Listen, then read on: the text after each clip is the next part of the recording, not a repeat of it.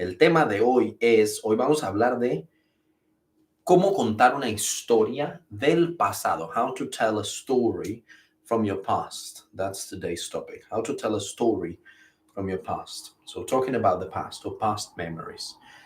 The level of today is beginner to intermediate. Let's start writing things down.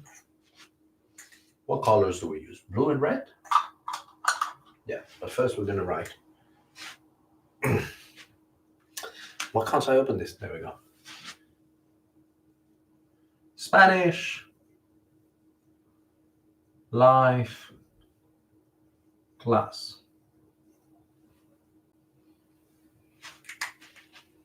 Spanish life class.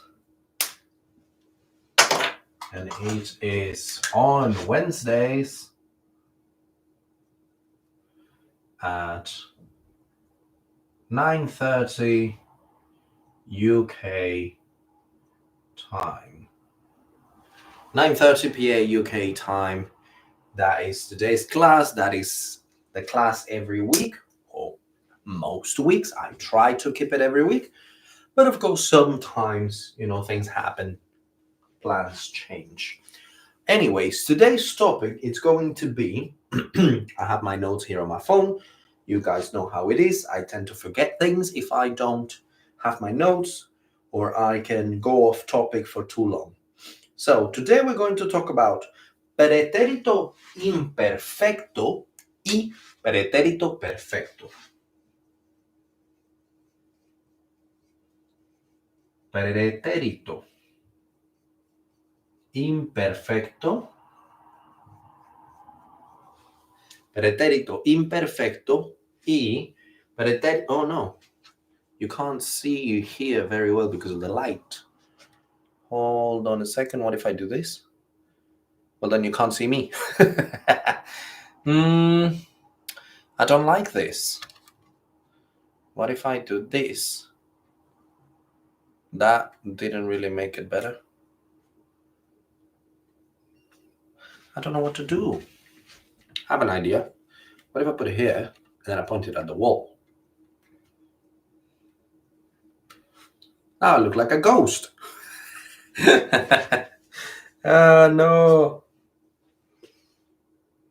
Okay. Let's just put it back where it was and I'll try not to mess with it. What if I stand in front of it? Just point it that way, but... Oh, I never know what to do with this light, you guys. Anyways, today we're going to learn about pretérito imperfecto and pretérito perfecto.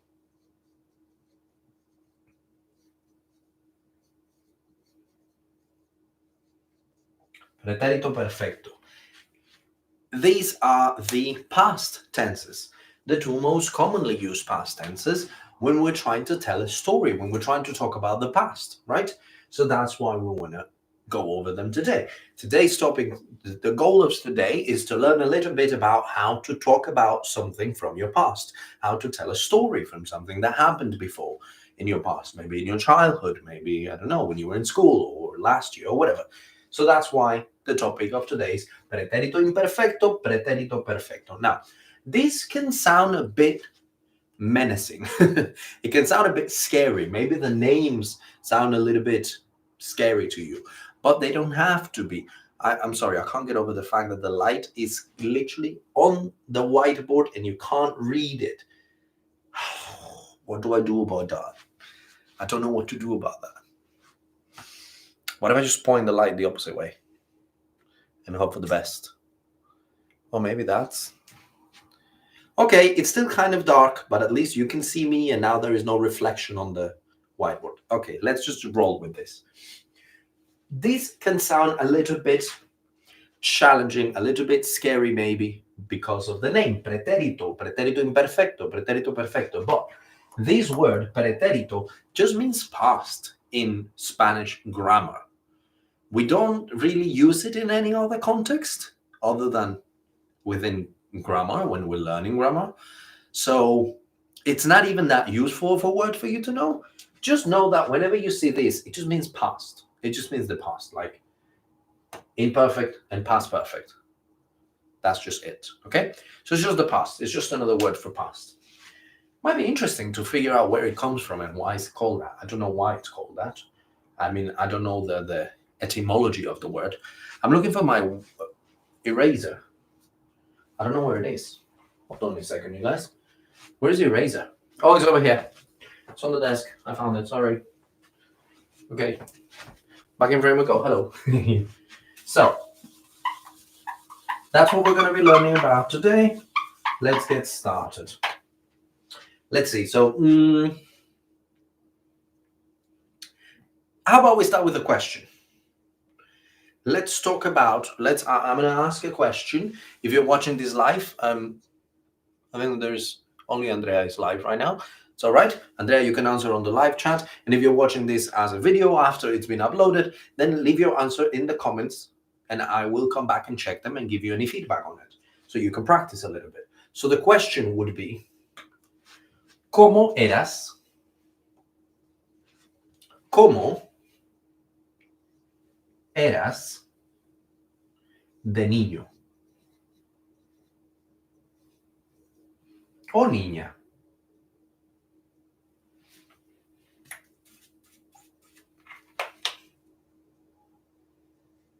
¿Cómo eras de niño o niña?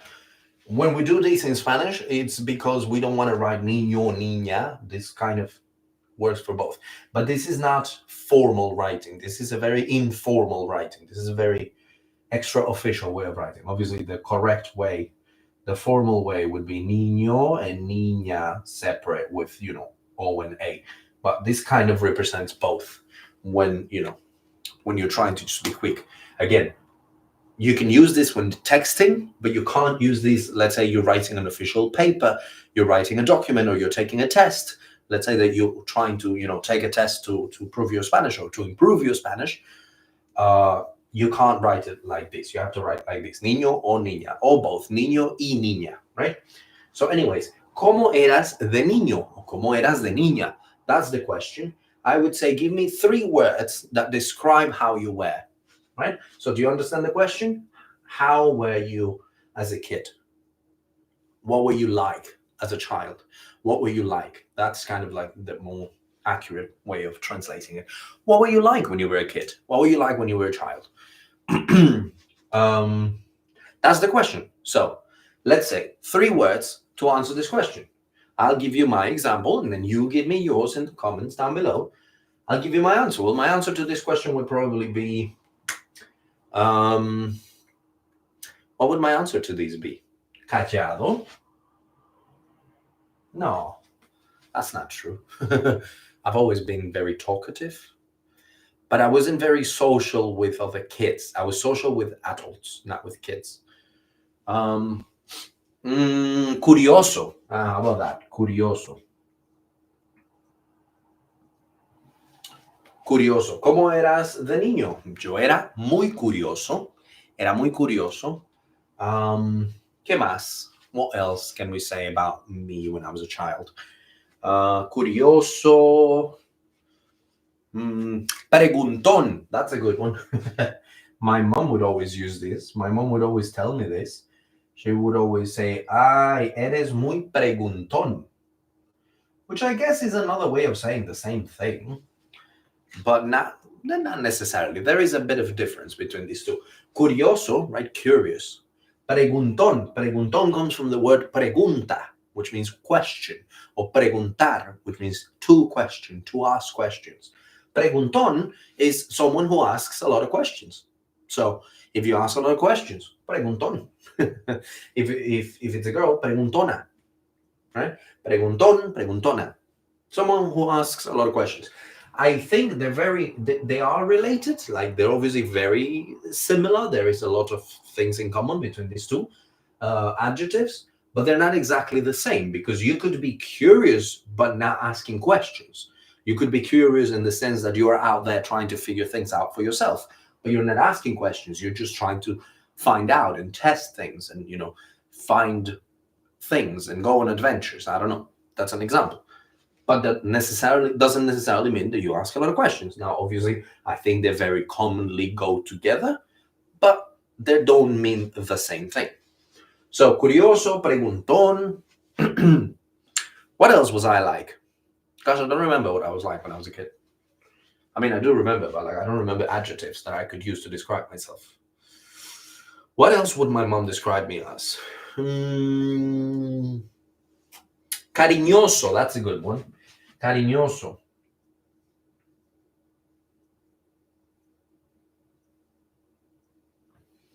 Cariñoso. I'm teaching you some very good words here. Some very useful adjectives. Curioso, preguntón, cariñoso. So, cariñoso comes from the word cariño. Cariño means love, but it's not love. So in Spanish, we kind of have levels of the meaning of the word love.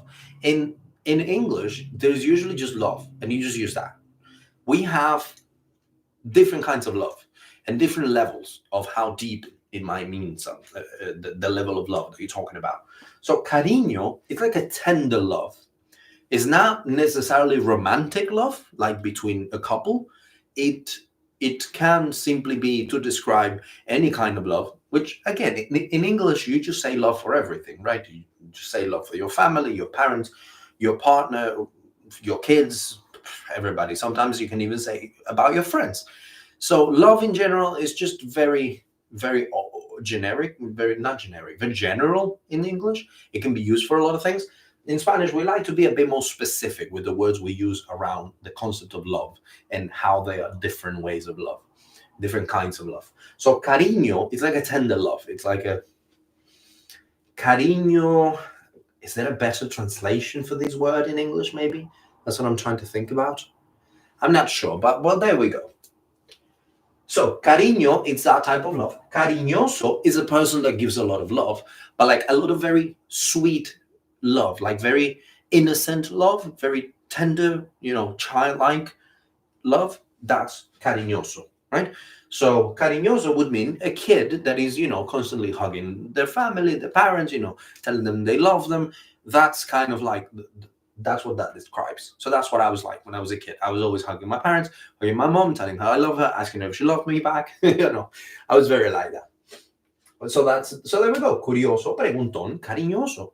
This would be my answer. So, ¿cómo eras de niño? De niño era muy curioso, preguntón y cariñoso. So, era, right? We're using the past tense here. Let's see. We have some answers here. Andrea's giving her answers. So, Andrea, you're saying tranquilo, silencioso por mucho tiempo, mal estudiante, linda. Muy bien, muy bonito. Okay.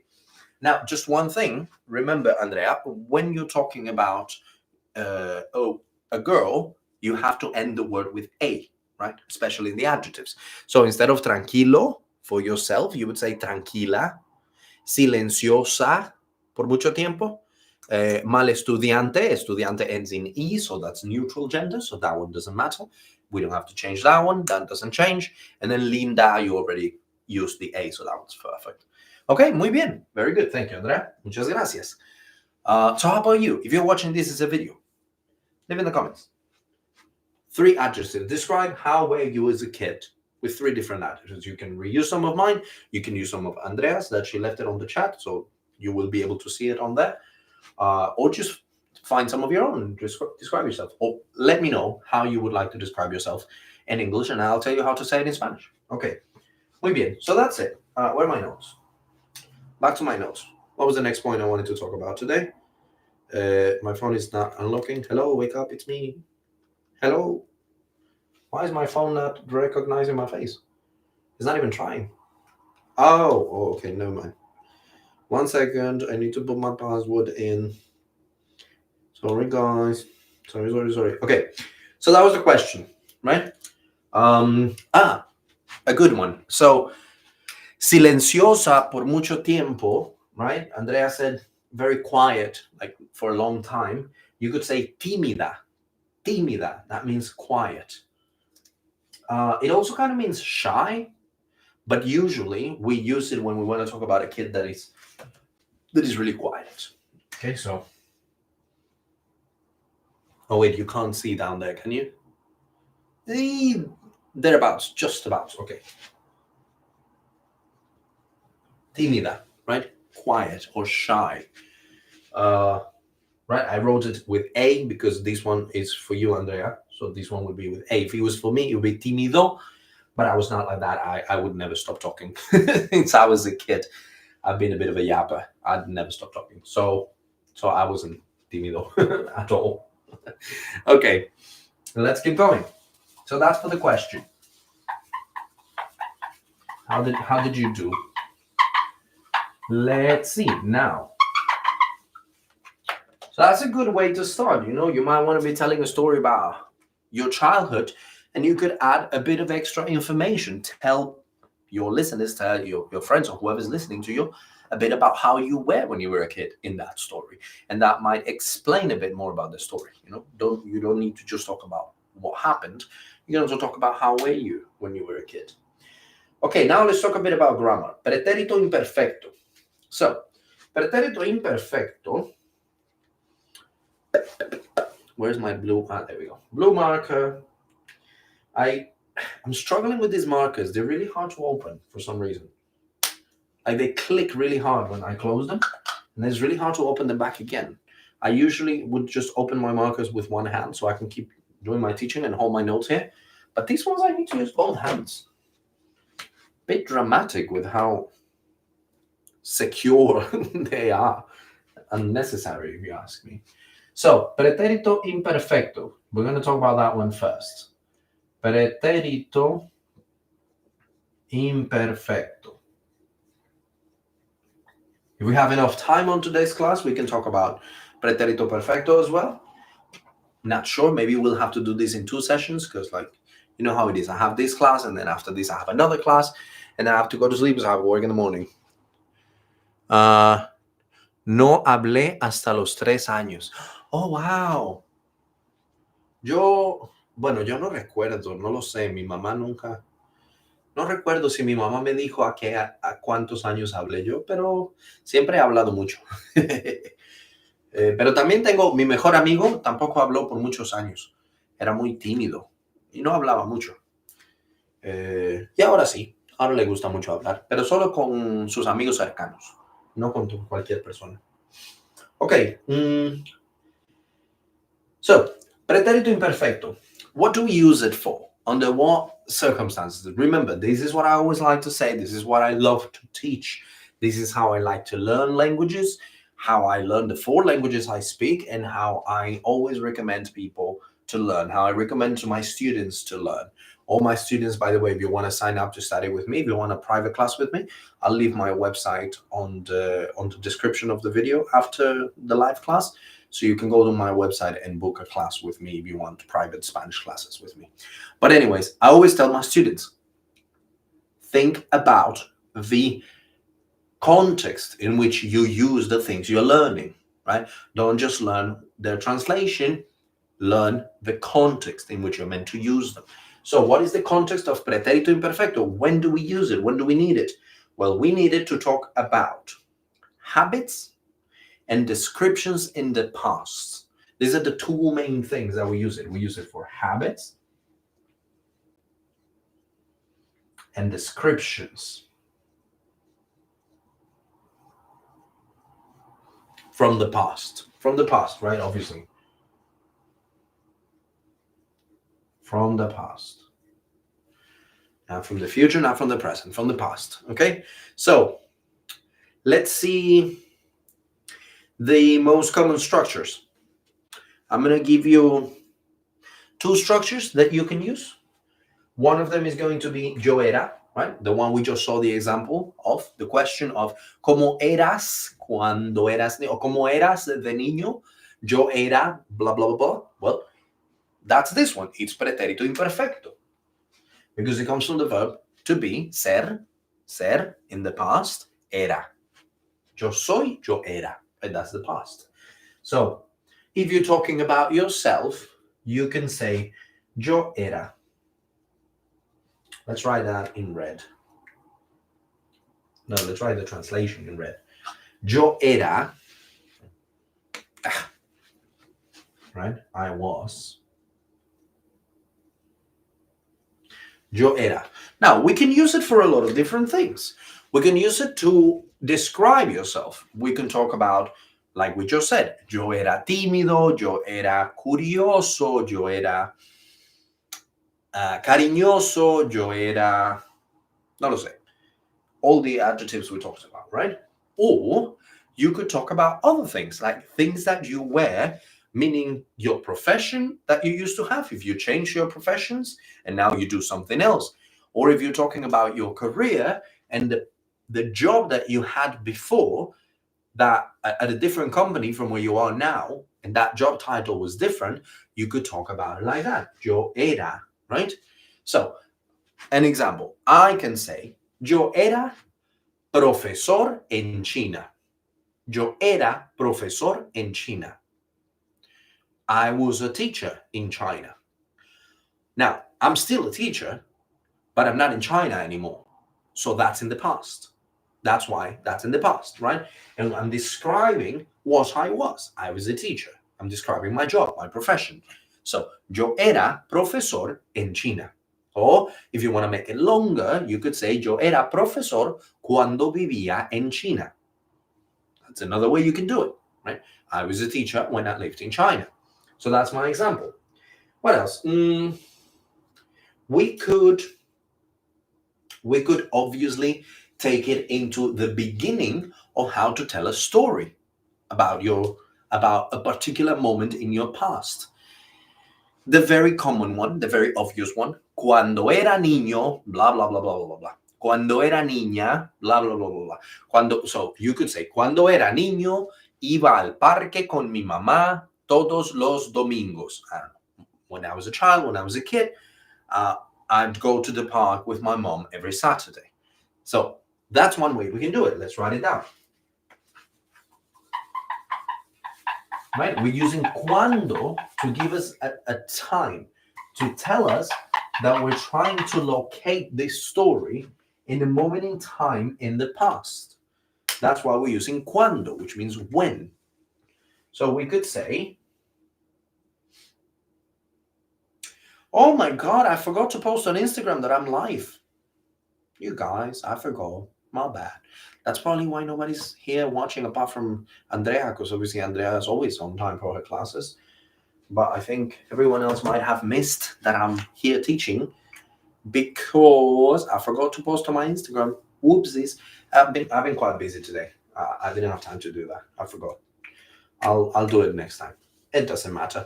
That's why we're doing it on YouTube, so that it can be recorded and it can stay here so everyone can watch it later. Not a problem. Yo era vendedora en una tienda. Excelente, muy bien. Muy buen ejemplo. That's a great example, Andrea. Yo era vendedora en una tienda.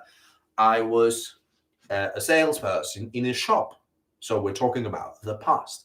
You were a salesperson. You worked a clerk. Is that another word in English? Clerk, I think. Yeah, when you work in a shop. So we can say that. We can say, like I was saying, cuando. Now, careful. Don't put an accent in this word. You put an accent in this word when it's a question.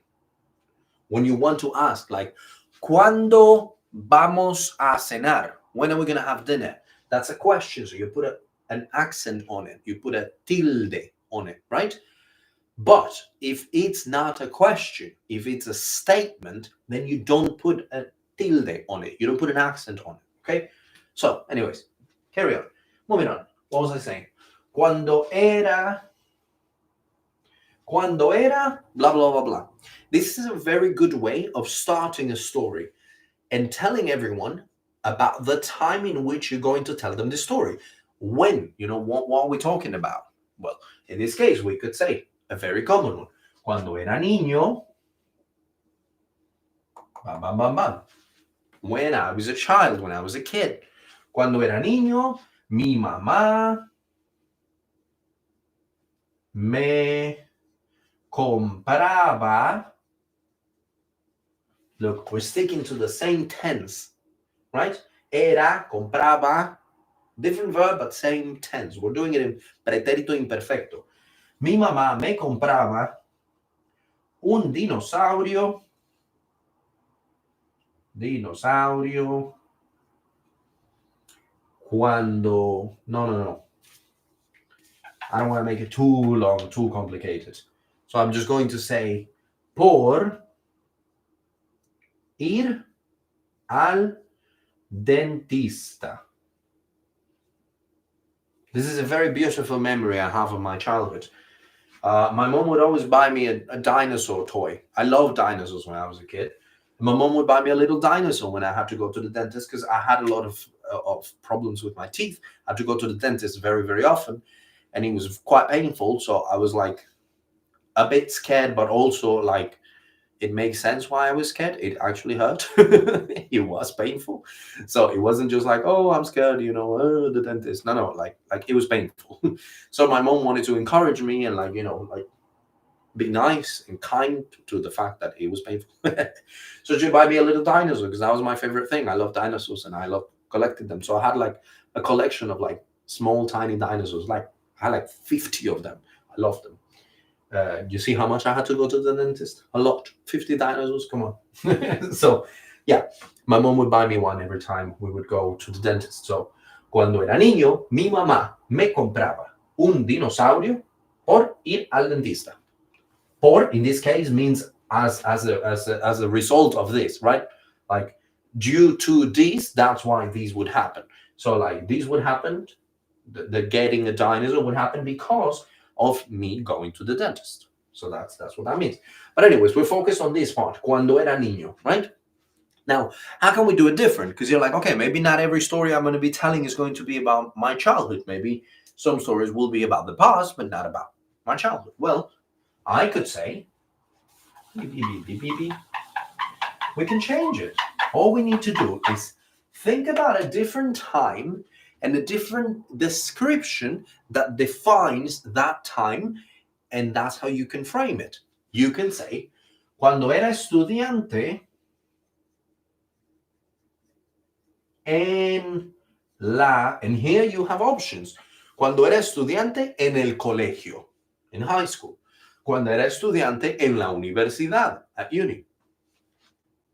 So you have options. Blah blah blah. You know how to write universidad. It's too long. Sorry, I won't be lazy. I'm your teacher. I'm supposed to teach you. En la universidad. I'll just write it here. Universidad. I'm telling you guys, I'm really tempted to buy another one of these whiteboards, maybe even bigger, and stick it this way. Because right now it's stuck this way.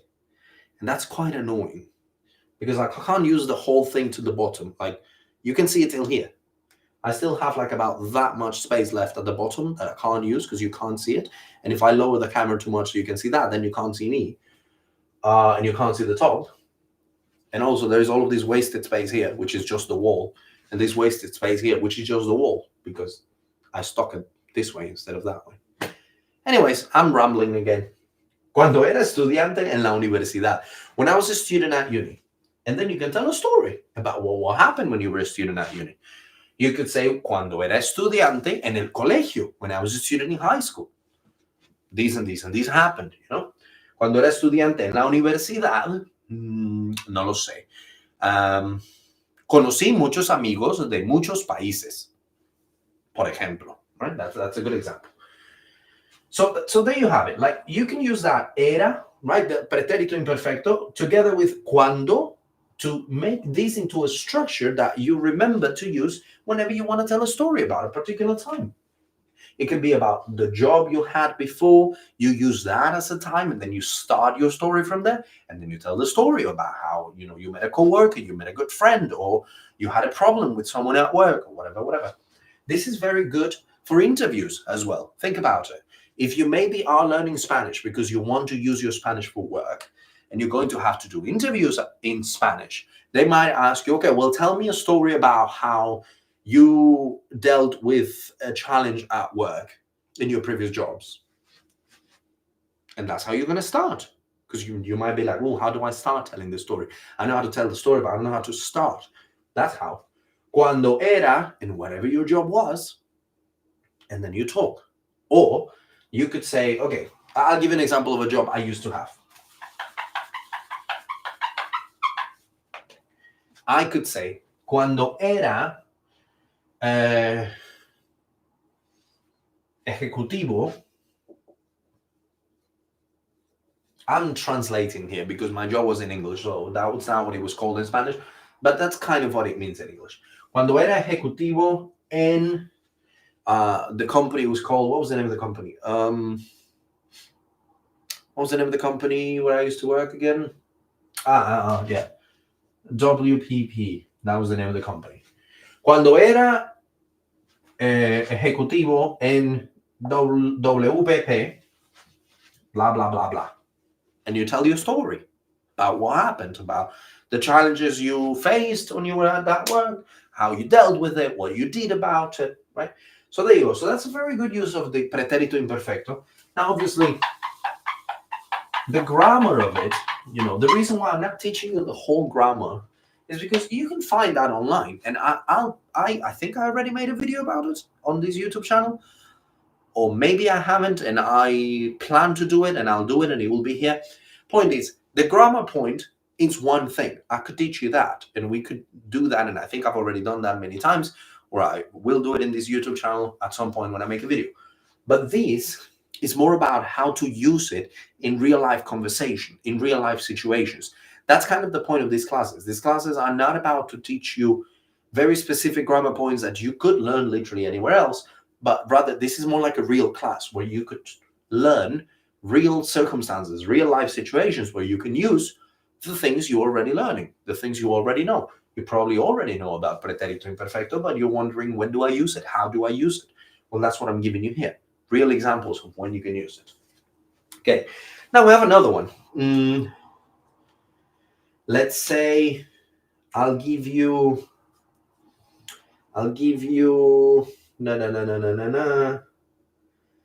1, 2, 3, 4, 5. Yeah, I'm going to give you 1, 2, 3, 4, 5. 5 verbs in Spanish that are very useful and very common with pretérito imperfecto, and that you would do well to remember them. So if you're a complete beginner, if you're an intermediate, you probably already know enough verbs in pretérito imperfecto in the past that you can already work with that. But if you're a complete beginner, you might be wondering, okay, well, which verbs should I learn first in the past? Well, ser would be the first one. It's the verb to be, right? The verb to be. It would be yo era, right? Tú eras. Él, ella era. Right? And so on and so forth, Nosotros éramos. Ustedes eran. Am I missing anything? Yo, tú, él, ella, nosotros, ustedes. Well, usted as well. Usted, él, ella. Nosotros, ustedes. That's it. Because I don't teach vosotros. Mainly for 2 reasons, as I've told you guys before. Number one is this vosotros is mostly used in Spain, and I'm not from Spain, so I don't use it in my daily life. I don't use it in my Spanish. I understand it. I know, like, it's not like I hear it and I'm like, oh, what? I get it. I understand it. It's easy. It's not a problem. But I don't teach it because I don't use it. And I actually always tell my students, unless you're specifically trying to learn Spanish from Spain because you have a very specific goal of, like, maybe moving to Spain, if that's your case, then yes, you should learn vosotros, and it'll be great for you. It'll be useful because you will need it there. But if you're just learning Spanish for general purposes, just to use Spanish, just to communicate with many different people around the world, because there's like 500 million people who speak Spanish. Is it 500 million? I don't know. There's a lot of people who speak Spanish. There's a lot of countries that speak Spanish. You don't need to add that extra thing to learn because it just adds up to even more things. Maybe once you're already an intermediate, you can do that. If you're already an advanced, you can do that. But I would say as a beginner, it's no point in adding even more things to your plate of things you need to remember. So, like, I've never met a Spanish person that I've met Spanish people. I didn't mean I've never met a Spanish person. I've met Spanish people. I've never met one where I talk to them. Like, I have a lot of Spanish friends here in England where I talk to them, and because I don't use vosotros, they go like, well, I can't communicate with you. Like, no, that's not a problem at all. It's just the way we talk. We speak slightly differently, right? Same language, just tiny differences. So it's not a problem for you, really. It won't be a problem for your communication if you don't learn it. So don't worry about that. Okay. So that's it. Ser. Another verb that you should know that would be very useful for you to know in pretérito imperfecto. Tener. Tener. Now, I'm not going to give you the conjugation for these ones. This is going to be a homework. Go figure out what is the conjugation for these ones. Tener, ir, jugar, and gustar. Tener, ir, jugar, gustar. To have, to go, to play, to like. I would say this and ser. 3, 5. These are the 5 most important, the 5 more commonly used verbs that you should start learning in pretérito imperfecto, in the past, when you're learning Spanish, especially as a beginner. Learn these 5. Know these 5 by heart in Spanish in the past. So you can use them whenever you want to tell a story about what you used to have, what your family used to have, what you used to be, or when you used to be little, when you used to be a kid, when you used to be a teacher, whatever, where you used to go, you, your family, your friend, whoever you're telling a story about, what you used to play, and what you used to like, or what somebody used to like, or what your family and you used to like. So there you go.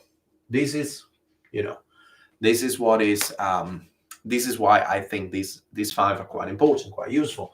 Find out their respective conjugations for pretérito imperfecto. If you don't know where to find out, because obviously you can just Google it, but I do want to recommend your website. Give me 1 second. Let me quickly find it. Actually, you know what? Never mind. Because if I try to find it now, it's going to take me a while. In the description of the video, I'm going to leave you a link to a website where basically it has all the conjugations of all the verbs in all the different tenses in Spanish. So you just go on this website and you put any verb that you want and you click enter, and it will conjugate it for you, and it will tell you all the different conjugations for all the different tenses to all the different grammatical points. So you just go and find pretérito imperfecto. Well, you type the verb you want, one of these ones. Let's say you type tener. You type tener, hit enter, look for the column that says pretérito imperfecto, and then you will have the entire conjugation for it. And you will know that this is accurate, that it's, I've proofread it, I've used it many times. I'm a Spanish teacher, I'm a Spanish speaker. I know it works, it's great. There are many websites, but this one in particular, I think it does a very good job at showing you just all of the conjugations in one page. That's easy to understand, easy to look at, and it's always there for reference. Let me see. Andrea, wordreference.com. Yes, that's a very good one. I use that one as well a lot. Word reference is very good. Thank you, Andrea. That's not the one I'm talking about. The one I'm talking about is a different one. Also very good. I think word reference is very good for the definitions of words, but also it gives you conjugations and verbs and everything. So word reference is a very good dictionary, I would say. The one that I'm talking about is more of a specifically grammar website. So it's very useful if you're learning grammar. Okay, so that's that. I don't think we have a lot of time for pretérito perfecto. So here's what I want to do. I'm going to give you key vocabulary, meaning key words, very important words that you could use, that you could remember, that you could keep, in your head, ready to go for when talking about the past, for when talking about stories of when you were younger or whatever. So let's see. I don't understand why is it so hard to open these markers with one hand. This has never happened to me before. I've been teaching for 12 years. I've used so many markers in my teaching life, And this is the first time I struggle so much with these markers. I don't get it. I bought them on the internet. I bought them on Amazon. They're from China, and I used to live in China. That's where I was teaching most of my life. So I'm pretty sure I was using the exact same ones. I don't understand why these ones are so hard to open. Anyways, useless information. Key vocabulary.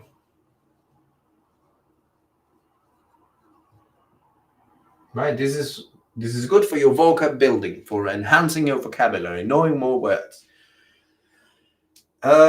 These words are specifically for talking about stories in the past, words that you will probably find you need often when you talk about the past. The first is going to be recuerdo. Recuerdo. Now, recuerdo is both a verb and a noun. Yo recuerdo is I remember. Right? Yo recuerdo. That's I remember. So that's as a verb. But un recuerdo is a memory. So recuerdo means a memory as a noun and I remember as a verb. So you could say, oh, I want to talk about a beautiful memory from my childhood. How would we say that? How would we say, I want to talk about a beautiful memory from my childhood? Well, you would say, quiero hablar de un bonito recuerdo de mi infancia. De mi infancia means from my childhood, or if you want to make it a bit more similar to the structure we've been learning just now, then you could say, quiero hablar de un bonito recuerdo de cuando era niño. Let's write that down. Quiero hablar de un recuerdo. Oh, I forgot. Bello. De un bello o bonito, right? Beautiful. Recuerdo. What's wrong with that? Oh, doesn't look like an E. Recuerdo de, and here we have two options. We can say mi infancia, my childhood, or we can say cuando era niño, when I was a kid. I would say mi infancia because we already learned the other one. We already used it enough times. So let's use this other way. Mi infancia. Infancia means childhood. So, quiero hablar de un bonito recuerdo de mi infancia. So then, obviously, right now, this entire sentence is not in the past. This entire sentence is in the present. But if we change mi infancia for cuando era niño, now it's in the past. Okay? But either way, this can be, a way in which you begin talking about your past. Or, how do we use it as a verb? Well, you could say,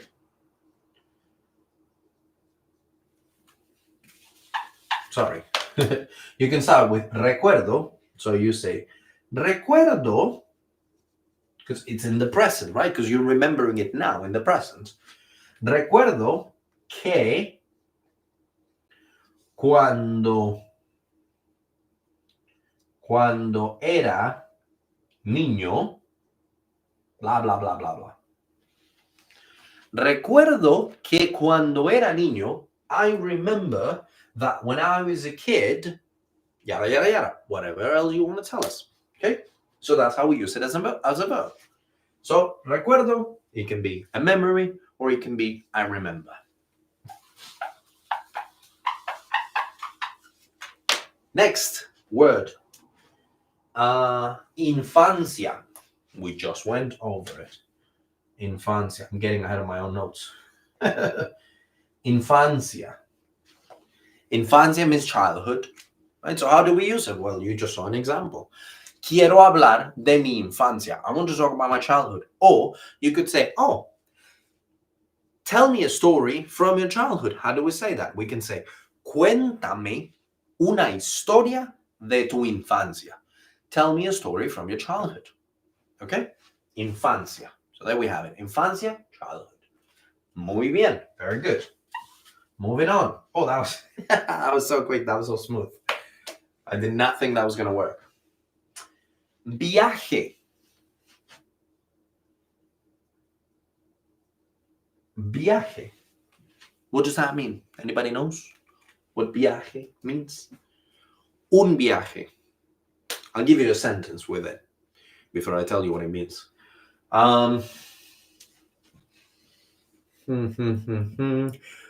Cuando era niño, mi viaje favorito con mi familia fue,